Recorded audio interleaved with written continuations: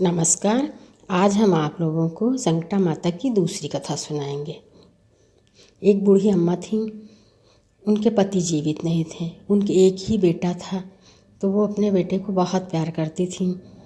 कभी कोई काम नहीं करने देती थी और वो घर घर में बर्तन चौका, झाड़ू पछोरना, दाल चावल का पछोरना, खेतों में काम करना, यही सब करके अपने घर का खर्चा चलाती थी।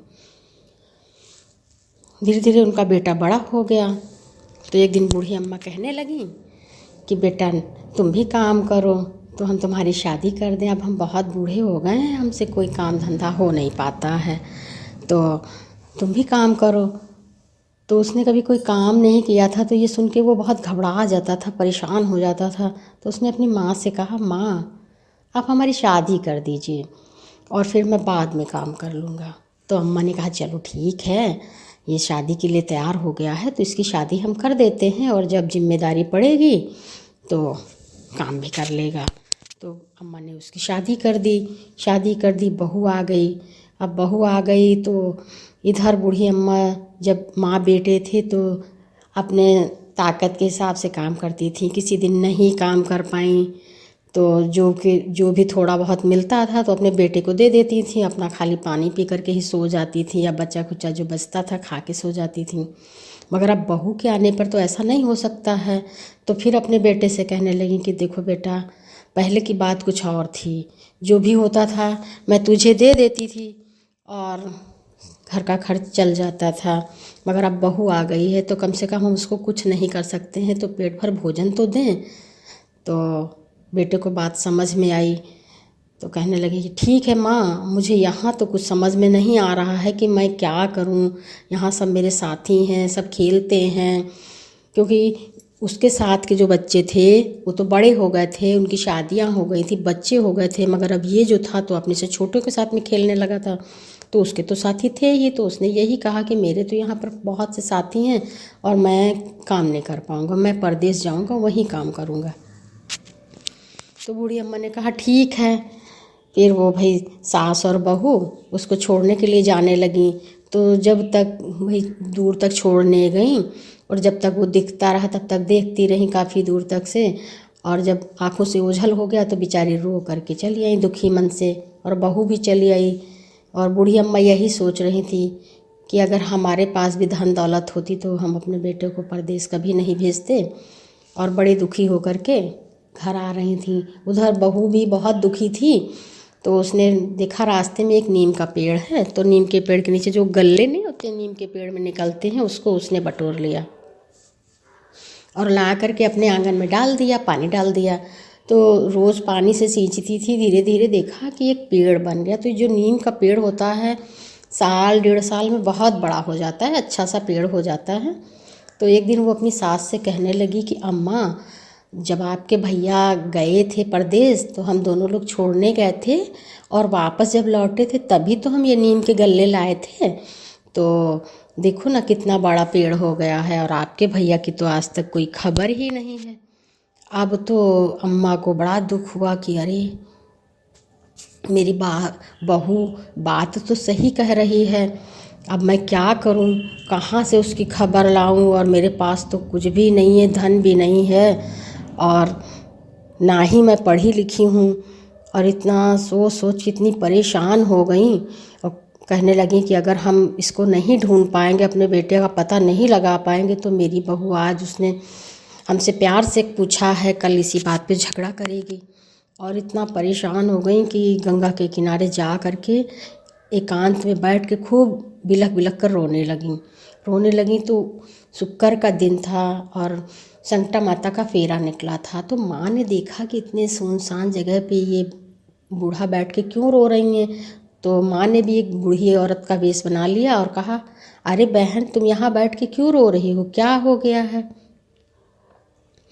तो बूढ़ी अम्मा कहने लगी, क्या बताएं बहन, गरीबी कुछ भी करा सकती है, बुढ़ापा दूसरी गरीबी, और हमारे पास तो कुछ था नहीं, और मेरा बेटा परदेश चला गया है कमाने के लिए।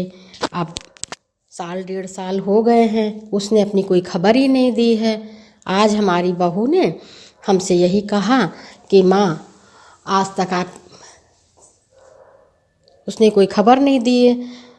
तो आज हमारी बहू ने पूछा कि माँ आपके भैया की तो कोई खबर नहीं आई है। यही सोच के हम बहुत परेशान हैं कि अब हमारी बहू आज तो प्यार से पूछी है, कल इसी बात पे झगड़ा करेगी और हम असमर्थ हैं, उसका पता भी नहीं लगा सकते हैं। हमारे पास पैसे भी नहीं है कि किसी को भेज कर उसका पता लगा दें। बस इसीलिए हम बहुत परेशान हैं। तो संकटा माता जो बूढ़ा का भेष रखी है, तो उन्होंने कहा कोई बात नहीं बहन, कोई बात नहीं है। इस तरह के संकट में आप संकटा माता को मान लो और वही जो है सब कुछ ठीक कर देंगी। तो उन्होंने कहा कि संकटा माता को मान ले, कैसे पूजा होती, क्या करें। उन्होंने कहा सच्चे मन से आंख बंद करके हाथ जोड़ करके अपनी समस्या उनको बता दो और यही कहना कि हे माँ, जब आप मेरी ये समस्या दूर कर देंगी, इस संकट को ख़त्म कर देंगी, तो हम आपका प्रसाद चढ़ाएंगे। तो बूढ़ी अम्मा ने कहा कि प्रसाद क्या होता है, कैसे प्रसाद क्या होगा। तो उन्होंने कहा कि सवैया के हिसाब से इनका प्रसाद बनता है, चावल के आटे का। उसमें चीनी, गाय का दूध, देसी घी, पंचमेवा, तुलसी के पत्ता मिक्स करके और बराबर बराबर भाग में लड्डू बनते हैं। कोई भी लड्डू छोटा और कोई भी लड्डू बड़ा नहीं बनता है, बराबर भाग में लड्डू बनते हैं। और 7 सुहागिनें होती हैं, 1 कन्या होती है और 1 विधवा होती है। और कथा कहानी आरती होती है और कथा बहुत ज़रूरी होती है, आरती पूजा बहुत ज़रूरी होती है। तो मान लो। तो उन्होंने कहा ठीक है भाई घर आ गई, बहुत खुश हो गई और घर आ गई। अपनी बहू से कहने लगी कि बहू आज हमको जो है एक बूढ़ा मिली थी हमारी ही उम्र की, तो हमने मतलब रो रहे थे। तो उन्होंने कहा कि संकटा माता को मान लो, वो तुम्हारी सारी समस्या दूर कर देंगी। तो ऐसे ऐसे पूजा होती है, तो ना हो हम लोग मान ले और पूजा करें। तो बहू भी खुश हो गई कि अरे अब तो उसके पति आ जाएंगे जिनका कोई पता नहीं चला। हाँ माँ कर लो।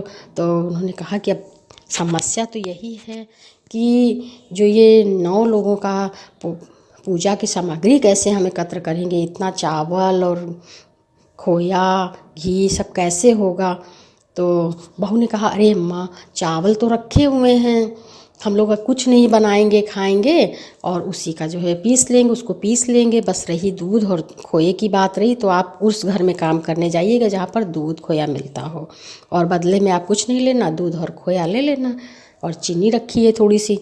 तो बूढ़ी अम्मा को भी समझ में आ गया कि तो भाई गई जिनके यहाँ गाय भैंस थे, तो उनके यहाँ काम करने के लिए उस दिन गई और मेहनताने के रूप में उन्होंने कहा हमें कुछ नहीं दीजिए, बस थोड़ा सा दूध और थोड़ा सा खोया दे दो। तो भाई इसी तरह से उन्होंने सब काम किया घर घर में और सारी सामग्री एकत्र कर ली। तो गांव में तो लोग वही 3:30-4 बजे से ही उठ जाते हैं, अपना कार्य करना शुरू कर देते हैं। तो इधर जो है बूढ़ी अम्मा तो वही सुबह की उठी थी, सब तैयारी कर रही थी। और उधर उनका जो बेटा था परदेश में, तो उसको स्वप्न आ गया। वो सो रहा था तो उसको स्वप्न आया कि उसके स्वप्न में उसकी माँ और उसकी पत्नी बहुत रो रही हैं, बिलख बिलख के बहुत परेशान हैं, क्योंकि इधर इन्होंने तैयारी शुरू कर दी थी। तो संकटा माता ने उनके बेटे को सपना दे दिया था। तो जब वो सुबह सो के उठा 7 बजे के करीब, तो बहुत मतलब दुखी था। फिर अपने सेठ के यहाँ गया काम पर, तो वहाँ भी बहुत दुखी था। तो सेठ ने कहा अरे तुम तो कितना खुश रहते हो और कितने अच्छे से काम करते हो, आज क्या हो गया, तुम्हारी तबीयत ख़राब है क्या। तो उसने कहा नहीं तबीयत तो नहीं ख़राब है। तो कहने लगे फिर क्या है बताओ। तो उसने कहा कि सुबह सुबह हमने सपना देखा है कि हमारी माँ हमारी पत्नी बहुत रो रही हैं, लग रहा बहुत बड़ी मुसीबत में हैं, इसलिए हमको कुछ अच्छा नहीं लग रहा। तो सेठ जी ने कहा अरे जब से आए हो तब से अपने घर पे ना कोई चिट्ठी लिखी है, कोई खबर दी है अपने मतलब अपनी सलामती की, तो तुमको घर जाना चाहिए, जाओ मिल के आओ, फिर हम तुम्हें दोबारा काम पे रख लेंगे। तो भाई सेठ ने उनको धन वन दे दिया और तैयारी करवा दी उनकी, भेज दिया। अब उधर वो चल दिए। इधर जो है बूढ़ी अम्मा घर घर काम करके और सारा सामान पूजा का एकत्र करके पूजा करने बैठ गई थी। बहू ने भी चावल आवल काटा पीस लिया था, सब सुहागिनों को न्योत दिया था। सब लोग भैया तैयार होकर के घर में पूजा की तैयारी चल रही थी। तब तक वो बेटा भी आ गया। तो जब पूजा हो रही थी तभी जो है आवाज़ आई, माँ माँ, दरवाजे से माँ माँ की आवाज़ आई। तो अब तो बूढ़ी अम्मा ने जब अपने बेटे का आवाज़ सुनी तो बहुत खुश हो गई और विधि विधान से और खुशी से जय माँ संकटा माता की जयकारा करते हुए बड़े बहुत अच्छे ढंग से पूजा करने लगी कि अरे माँ अभी तो पूजा आधी है और आपने इतनी जल्दी सुन ली, आपकी बहुत बड़ी कृपा माँ। और बहुत रोने लगी खुशी के कारण, पूजा करने लगी। पूजा की और इधर जब बहू ने सुना अपनी पति की आवाज़ तो वो पूजा छोड़ करके भाग के चली गई। दरवाज़ा खोला और अपने पति को पकड़ के रोने लगी कि कहाँ चले गए थे और इतने दिन से कोई हाल खबर नहीं दी, कोई ऐसा करता है अपने घर वालों के साथ। वो रोने भी लगने लगी। मगर इधर बूढ़ा माता ने ऐसा कुछ नहीं किया। उन्होंने कहा जो कुछ भी है संकटा माता की कृपा से हुआ है और हम ये पूजा छोड़ के तो बिल्कुल नहीं जाएंगे। अब तो मेरा बेटा आ ही गया है, मैं मिल लूँगी बाद में। तो उन्होंने विधि विधान से पूजा समाप्ति की। सुहागिनों को वो माता के प्रसाद का लड्डू दिया और उनके चरण स्पर्श किए और उनकी विदाई की। उसके बाद में माँ का खूब शुक्रिया अदा किया, सिरदा पढ़ी और माँ के खूब जयकारे किए कि हे माँ, आप इतनी दयालु हो, आप इतनी कृपालु हो, मुझे तो पता ही नहीं था। जय माँ, आपकी महिमा अपरंपार है। इतना कह करके उसके बाद प्रसाद ले करके वो अपने बेटे के पास गई कि ले बेटा, मैं तुम्हारे लिए प्रसाद लेके आई। तो बेटा नाराज़ हो गया कि माँ, कहीं ऐसा होता है जब मैं घर में था तो आप मुझे एक काम नहीं करने देती थी, इतना प्यार करती थी और जो है अपनी आँखों से ओझल नहीं होने देती थी, और जब मैं चला गया तो आपने मेरी आवाज़ सुनी और आप अपनी पूजा में बैठी रहीं। तो माँ ने कहा कि नहीं बेटा, तुम मुझे गलत समझ रहे हो। तो उसने कहा नहीं माँ, मैं आपको बिल्कुल सही समझ रहा हूँ। देखो, एक मेरी पत्नी थी, ये भी तो पूजा कर रही थी, इसने मेरी आवाज़ सुनी तो चली आई और आप नहीं आई। तो पत्नी ने जब देखा कि पति उसका बड़ाई कर रहा है तो उसने कहा अरे आपको क्या पता है, जब से आप चले गए हो तब से बस इनका यही रवैया है, औरतों में परपंच करना। अब तो इन्होंने हद कर दी, घर बुला करके घर में खाने को दाने नहीं हैं, बचा खुचा सब ये करती रहती हैं। क्या करें, रहना तो है ही। अब वही वो बेटा तो बहुत नाराज़ हो गया। उसने कहा मुझे आपसे बात ही नहीं करनी माँ, मुझे आपसे बात ही नहीं करनी। अब तो ये बड़ी परेशान हो गई। फिर गंगा के किनारे बैठ करके रोने लगी। तो फिर माता आ गई, कहने लगी भाई अब क्यों रो रही हो, क्यों अभी आप तुम्हारा बेटा नहीं आया है क्या? तो बूढ़ी अम्मा ने, वही जो संकटा माता बूढ़ी अम्मा बनी थी, उनसे कहने लगी अरे बहन, आपकी ने जो पूजा बताई थी तो वो माता तो बड़ी ही दयालु हैं, बड़ी ही कृपालु हैं। मेरी पूजा पूरी नहीं हुई कि मेरा बेटा आ गया। अब मैंने सोचा कि माँ की कृपा से बेटा आया है तो हम पूजा कर लें, माँ का पूरा आशीर्वाद ले लें, फिर प्रसाद लेके जाएं बेटे के पास। अब इसी बीच में देर हो गई इसी कारण से और मेरा बेटा नाराज़ हो गया। ना उसने प्रसाद खाया, ना मुझसे बात की, तो मुझको देखना भी नहीं चाहता है। तो माँ ने कहा अरे कोई बात नहीं है, तो तुम दोबारा मान लो और माँ तुम्हारे बेटे को बुद्धि देंगी। तो उन्होंने कहा हाँ बहन, ये भी ठीक है। तो उन्होंने भाई फिर मान लिया कि हे संकटा माता, अगर हमारे लड़के की बुद्धि अच्छी हो जाएगी तो हम आपका प्रसाद खिलाएंगे। तो ये पूजा शुक्र और सोमवार को होती है। तो दूसरी पूजा उन्होंने सोमवार को रखी। उसी तरह से सब कुछ एकत्र कर लिया और औरतों को न्योत दिया, सुहागिनों को, और पूजा करने लगी। माँ की कृपा से लड़के की बुद्धि सही हो गई। और जब पूजा ख़त्म हुई तो माँ ने अपने बेटे को आवाज़ लगाई कि बेटा आओ प्रसाद ले लो। तो बेटा तो माँ की कृपा से ठीक हो गया। तो उसने आके माँ के सिरदा पढ़ी और प्रसाद खाया और अपनी माँ से माफ़ी मांगी कि माँ मुझसे बड़ी गलती हो गई, मुझे नहीं पता था कि आपने जो कुछ भी किया मेरे लिए किया।